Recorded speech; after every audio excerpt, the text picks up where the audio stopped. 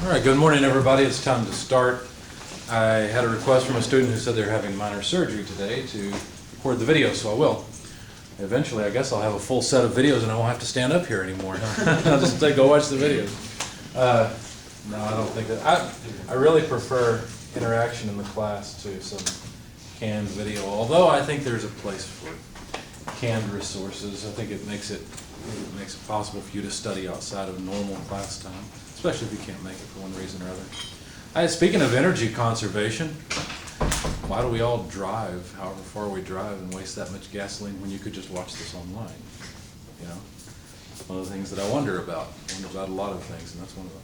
Anyway, I do know, though, that in-person meetings are more effective. Even us faculty know that our meetings that we have on Fridays, where we're on WebEx and talking, are not as effective as when we go up to main campus and see everyone face to face. I don't know why that is. It's intriguing to me. Why is there such a difference?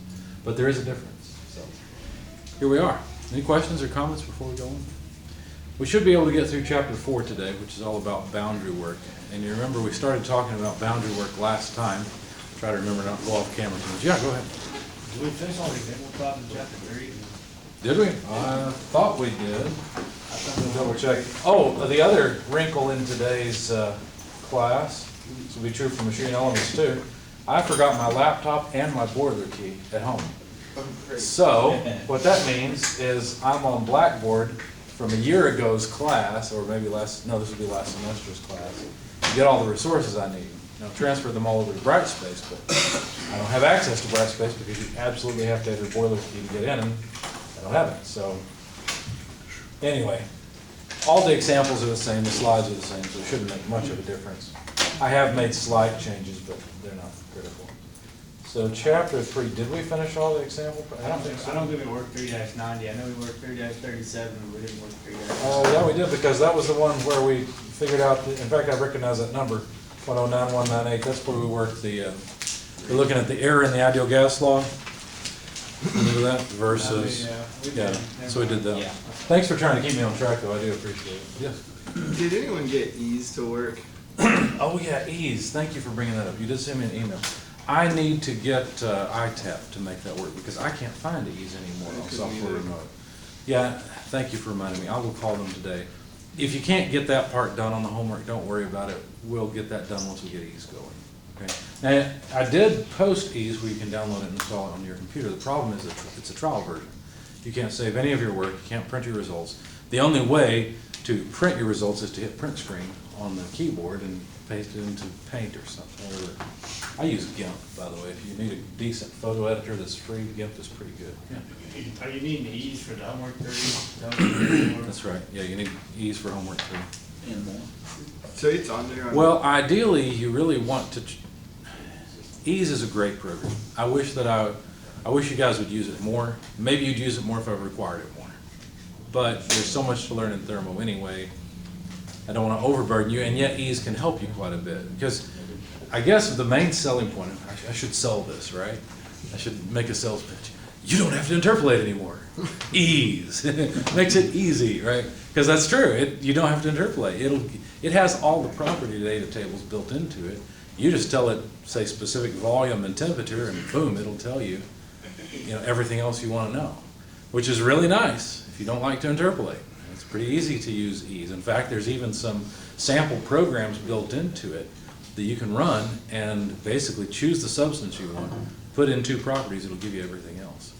So if nothing else, learn how to use ease just to get to that one example problem so you can get in the property you want. What else are you going to say? There's a download on Brightspace somewhere?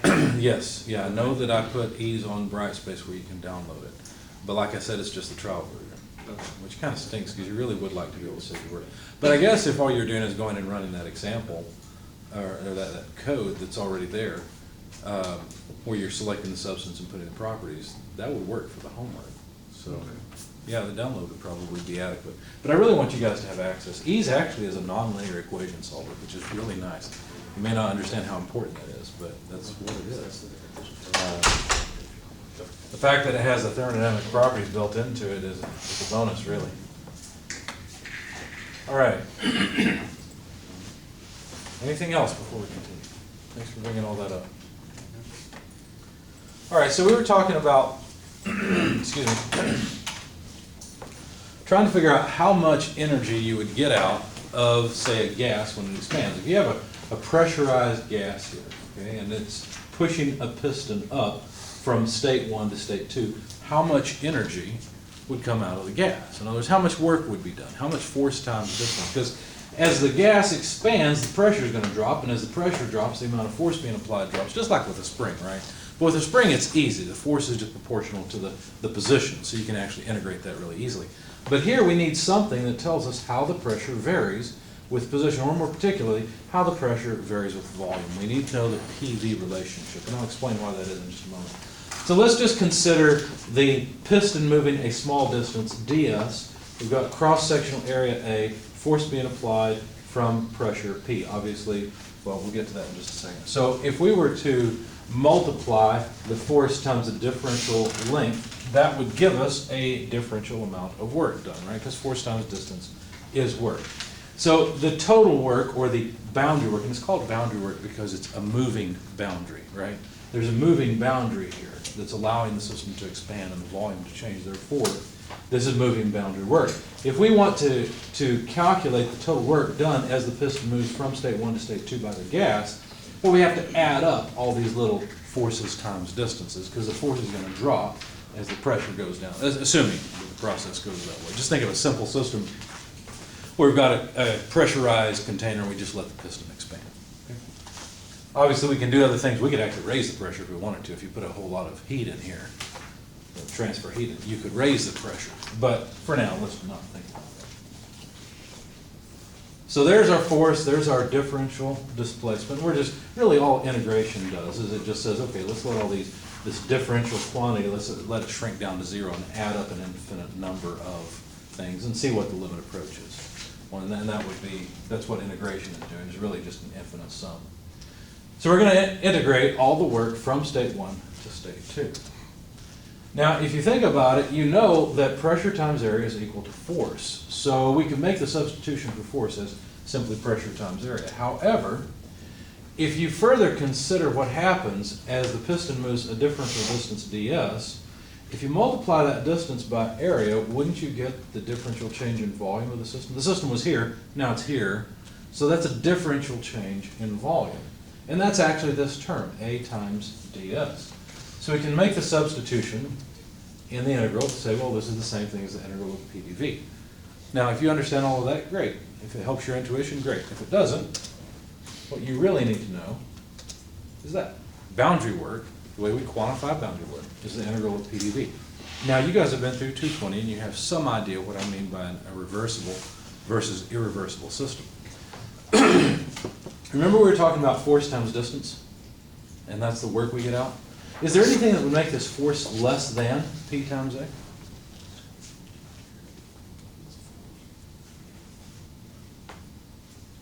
Anything where we wouldn't get quite F equals PA out of this?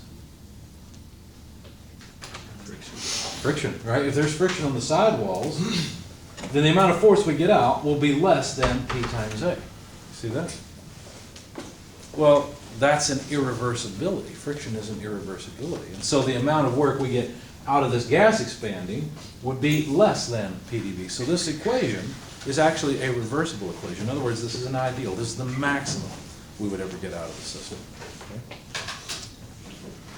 So if we look at the boundary work on a PV diagram, put our piston on the side where we're letting it expand by a differential volume. Well, then this area under the curve, as the pressure drops from here where it's high pressure to here where it's low pressure, that represents a differential amount of boundary work that the gases are doing. So the area under the PV curve is actually a really important thing, because the total area really is just the addition of all these differential areas. It's really this integral, therefore it's just the total boundary work that the gas is doing, moving the piston from here to here against some resistance. See? That's all it is. So the area under the curve on a PV diagram represents boundary work done on or by the system. Now the important thing is that the shape of this path is really important, because if the shape of this path is something like this instead, if the pressure versus volume relationship looks more like this, there's a lot more work, there's a lot more area under that curve, right? And so the shape of the path from state 1 to state 2 makes a difference in terms of how much work we either get out or put into the system to move it from one state to the other. So the process path is critical. Knowing how pressure is related to volume is critical in order to figure out the area beneath the curve, because obviously the area under curve C, say 5 kilojoules, is less than the area under curve B, say 8 kilojoules, which is even less than the area under curve A. Now this doesn't, these are just numbers to indicate that you're increasing the area under the curve, but you can see that. So here's the idea. If there were two different processes we could undergo between two states, there would be a net amount of work enclosed by this, call this what? A cycle. This is a cycle because the system starts at one state and ends up back where it started. Now this is a two-process cycle, but we do get a net amount of work out of it because look, as we're going from state 2 to state 1, what's happening? Well, the pressure is going down and the volume is going up, therefore work is coming out of the system. From state 1 to state 2, well, what's happening there? Well, pressure is increasing, volume is decreasing. We'd have to push the piston this way. Right? We would go back to the previous slide where we had the piston. If the piston goes this way, the gases are expanding, work is coming out. If we push the piston this way in this direction, well then we're compressing the gases. We're putting work into the system. So this curve represents work we're getting out, say work from process A on the last slide. This represents work we have to put in to get back to state 2, and that's work over curve C. Now the difference between those two is the net work we get out of that cycle. Now you look at this and you might say, well, looks to me like you're creating energy out of nothing. Remember that perpetual motion machine you had us make? You just broke that law that you can't create or destroy energy. Not necessarily. All we've done so far is we've talked about work. We didn't talk about other forms of energy that might interact with the system in order to make this possible. In fact, all of you most likely are here today because of something like this. Your car has a compression stroke which doesn't take as much energy as the expansion stroke produces. Now there's more processes in your car's engine than that, but by analogy or to relate to what we're talking about here, that's what these would be. This would be the expansion stroke and there's the compression stroke. So you get a net amount of work out of the system because along the way you add heat to the system. Does that make sense? You add thermal energy into the system and some of that thermal energy is converted to work. So this, we're not breaking any laws of thermodynamics, we're just saying, hey, we can recognize that boundary work is the area on a PV diagram and that the area beneath the curve is actually really important. The relationship between the pressure and volume, in other words, is very important because that'll help us determine how much work we get out of the system or that we have to put in. So here's one really special case. It's called a polytropic process. You guys saw this. It's a review. I'm reminding you of what you've seen, I hope.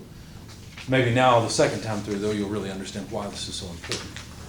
And a polytropic process simply says that the pressure and volume are related by this equation. P, where the volume is raised to some power n, equals a constant. So PV to the n equals C. Now, this is what the curve would look like if P times V to the n is a constant. What would the curve look like if it was just, if n was equal to 1? What would the curve look like then? Any ideas? I'm thinking it would be a straight line. Am I not right? Maybe not. We'd have to draw it. It may still be something like this. But you can imagine that changing this exponent and changing the constant would change the shape of the curve. Might not make it go convex, I'm not sure. We'd have to think about that. And if you made it 0, it'd be a horizontal line. You made that constant 0 because then you make it 1. If you made this constant 0, then the line would actually be on the x-axis. If you made this constant non-zero, if you made this, I'm saying if you made n 0. oh, if you made n equal to 0, yeah, right, then you'd have a horizontal line. You're right. Yeah, because v to 0 would be 1, and the pressure would just be a constant. And those are processes that we care about. There are constant pressure processes. You're right. Well, if boundary work is the integral of PdV, then we can pull out the calculus and have some fun. I mean, we can go through a little bit of math and remember the result, whichever case you like. So if the equation is that P equals CV to the negative n, isn't that the same thing? Remember your rules of exponents. If V to the n is here, you can multiply by V to the negative n on both sides, and you end up right there. Okay, so this is still the polytropic equation. It's just explicitly showing pressure as a function of volume. That way we can plug in pressure as a function of volume here, perform the integration, which if you remember how to integrate x to the n dx, that's all that's going on here where the constant has been pulled out. And we end up evaluating the volume at the upper and lower limits. So here's the upper limit evaluation and the lower limit evaluation. And then doing a little bit more math and recognizing that CV to the negative n is just p, we get to this point. Okay, so if you understand all the calculus to get from here to here, that's wonderful. If you don't, it's okay. All you need to know really is that for this equation, there's the boundary work. Now this is in the back of your book, and just like in 220, I'm going to have you highlight these. It's in the back of the chapter. I said back of the book, I meant back of the chapter. We're in chapter 4, so go to the end of chapter 4. And I think in this book, if I remember right, your author has more boundary work equations than he had in the 220 book, but there are still some missing. So find the boundary work expressions, and I'm sure he has this one. I think it's in the first column. And make sure you know to only use this equation when you have PV to the n equals a constant, when you have a polytropic process. If you need to write down the polytropic equation next to the integrated form of the boundary work for polytropic, you can. On the other hand, he probably has it written somewhere close by anyway. I don't remember right now. Are there any cases when we can't use this equation? Yes, what happens when n equals 1? Well, then the denominator blows up, you get a 0. Well, it doesn't blow up, it shrinks down to nothing, and the whole boundary work blows up. Does that mean we can generate infinite energy? No, we you destroy the universe in that case. No, we just did the calculus wrong. We made a math error. Let's see, either I made a math error or the universe is about to explode. The universe didn't explode, I made a math error. Okay. You can't use this equation when the exponent is equal to 1. Because if you do, the calculus is different at that point. Now, what if we have both a polytropic gas and ideal gas behavior? What if the gas is doing both? Well then, PV equals MRT, right? That's what the ideal gas law says. In that case, we could replace PV with MR, and you'll notice that really since M and R are constants, and this is a closed system, the mass doesn't change, the gas doesn't change, so the gas constant is the same. In that case, the thing we really need is just the difference in temperature. So you'll notice MR has been factored out from these two terms to replace PV. So we have the same restriction here. In fact, we have more restrictions. This only works when the gas is behaving ideally. Otherwise, PV does not equal MRT. Okay. Any questions on that? Comments? All right, well, you know how it is when someone tells you not to do something, you wonder what will happen if you do it, right? So what about the case when n equals 1? What happens there? Okay, we're told not to touch the hot stove, but here we are anyway. When n equals 1, then the equation is PV equals C. Professor, just Yes? what does N stand for again? N is just an exponent. It's just the way that the gas is behaving. I struggled to wrap my head around this because I wanted some first principles explanation.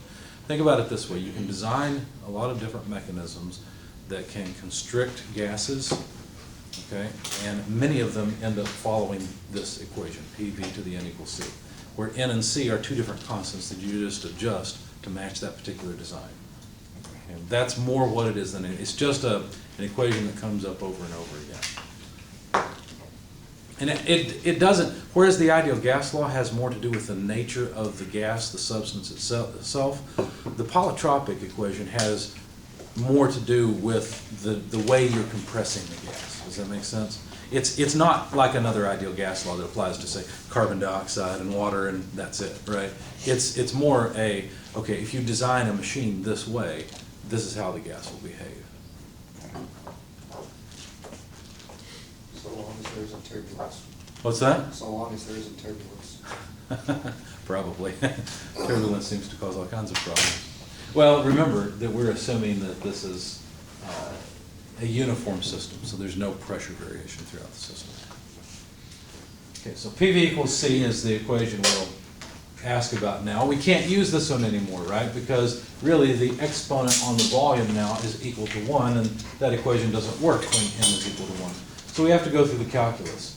By the way, the calculus will end up being the same thing if we're talking about an ideal gas at constant temperature, because if we have an ideal gas, then PV equals MRT. If the temperature of that gas is constant, then P times V is a constant. See that? So we end up, this is an or situation. The last slide, this is an and situation. You have to have ideal gas and polytropic behavior. Whereas on this slide, you can have polytropic behavior with n equal 1 or an ideal gas at constant temperature. Either one of those will end up integrating out the same way. So in that case, we end up with something that looks exactly like this. It's just that the constant's a little different. It's MRT. Now, the way that the pressure and volume depend on one another is an inverse relationship. You see how you can put the volume in the denominator on the other side? So P equals C over V. If we do that, then we can pull the C out. It's just a constant. And what is the integral of 1 over x dx? Do you remember? It's the natural log, exactly. It's the natural logarithm. So when you integrate 1 over v, dv, or dv over v, you get the natural logarithm of v, which then has to be evaluated between the two limits of the two states, state 1 and state 2. Remember, state 1 is where the gas is, say, down here. State 2 is where it's expanded, or vice versa. It doesn't matter. It just depends. You'll get either positive or negative out of this equation, depending on whether the gases are being compressed or whether they're expanding, where going in and where going out. But anyway, so if you remember your rules of logarithms, you'll know that when you subtract two terms like this, you can just take the ratio of them, and it's the same thing mathematically. You should prove this to yourself on a calculator. Prove some of these things to yourself on a calculator. It's fun. I think it's fun. I think it's interesting. So anyway, but that constant is just PV, so now we can make the substitution. You can either plug in P2V2 or P1V1 here, and you'll get the same thing, because P times V is just a constant. All you really need is that constant. Okay, so there's the equation, and again, if you understand all the calculus, that's wonderful. If you don't, if you were asleep for the last 5 seconds, don't worry, here's what you need. You just need that the boundary work is P1V1 natural logarithm of the volume ratio, and this is only good for two different situations: for polytropic gas with n equal to 1, the exponent on the volume equal to 1, or an ideal gas at constant temperature. And this equation will work for both. It looks very different from what we had here, right? Questions, comments? Anything else? All right, so the next thing to do is talk about heat capacity. But before we do that, I think we're ready for our next example.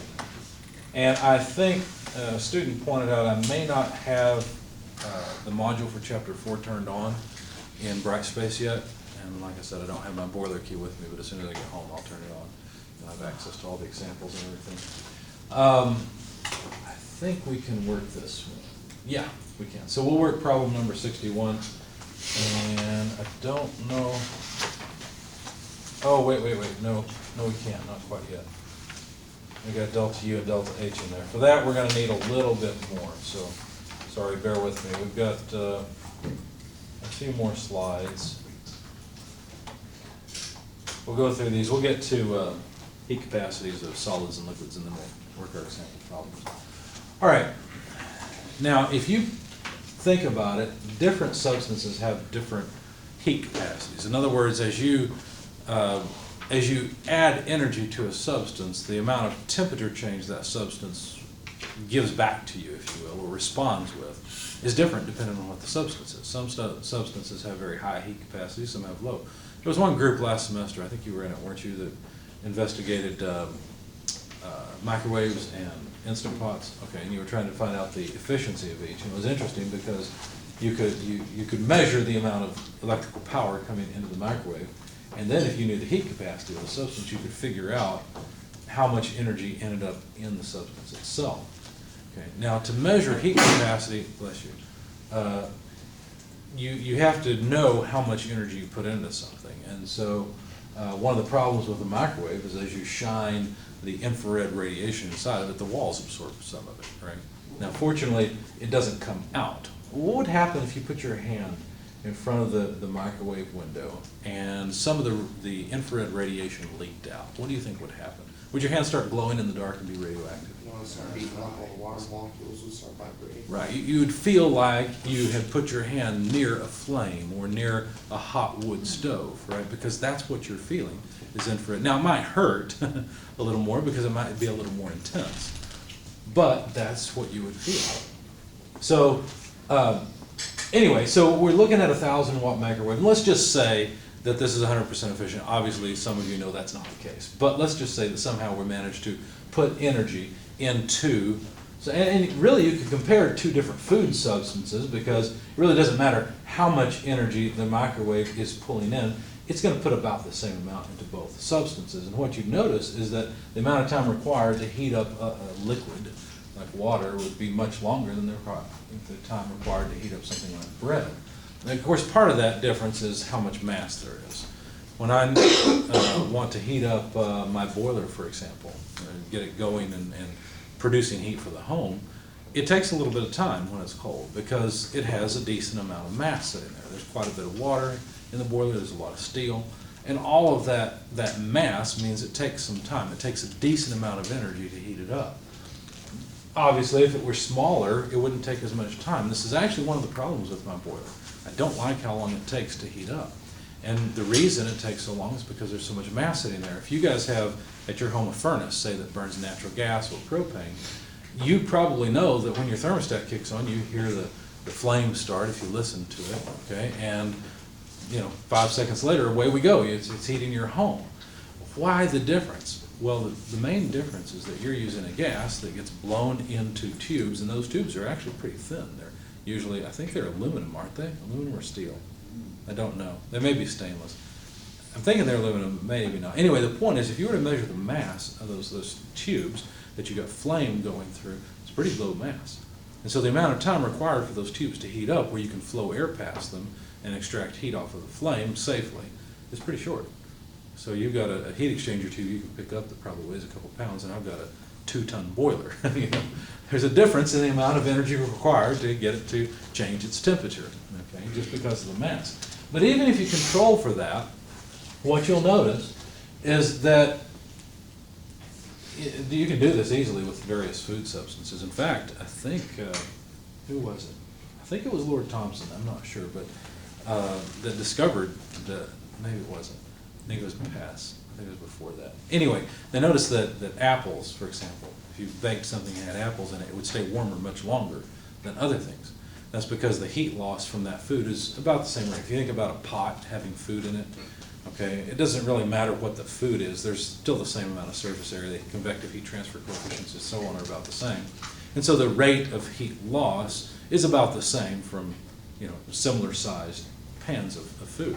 But the guy that noticed this, I can't remember who it was now, noticed that apples, for example, took a much longer time, and he reasoned, therefore, that there must be a lot more energy in it. So if the heat loss rate is the same, the rate at which energy is leaking out, if you will, is the same, then there must be a whole lot more to leak out if it takes longer. So, and that's true. You can measure, if you have a small scale at home. Why would you have a small scale? Well, actually, I have a small scale. You can do a lot of things with scales. But I've watched too much live PD, where as soon as they pull somebody over and they find a scale, they know they found a drug dealer. But anyway, if you have a small scale at home, wink, wink, you can measure the mass of two different foods and do something positive with the scale, and do an experiment where you put it in the microwave for a certain amount of time and then measure the resulting temperature. And what you'll find is that different foods have different heat capacities. In other words, you're putting the same amount of energy into both foods for that period of time, but their response is different. So it's kind of like two different containers, one that has a wide diameter and one that has a small diameter. If you put the same amount of energy into both containers, we don't make very much change in the height in this wide, large heat capacity, if you will, container, but you make a huge difference in this one, right? So the point is, something having a large heat capacity simply means that it takes a lot of energy to change its temperature. Now, we don't usually talk about heat capacity itself. Heat capacity technically is how much energy you pour into something and how much it responds by changing its temperature. I can make bread and water have the same heat capacity simply by controlling how much mass each one has. If I have a huge loaf of bread and a little bit of water, the amount of energy required to get both to change their temperature by 1 degree will be about the same. Okay? But on a per unit mass basis, or a specific heat capacity, the amount of energy required per unit mass to change its temperature is vastly different. So this is what we usually talk about is specific heat capacity, not heat capacity itself. Okay, the heat capacity of your car, for example, is very high. The amount of energy required to change the temperature of that whole car is quite a bit larger than the amount of heat capacity required to change your body temperature. On the other hand, your body probably has a much higher specific heat capacity because your body has a whole lot of water in it, whereas the car has a whole lot of metal in it. Metals usually have fairly low specific heat capacities, but there's a lot more mass in your car, you see. So anyway, hopefully this reminds you.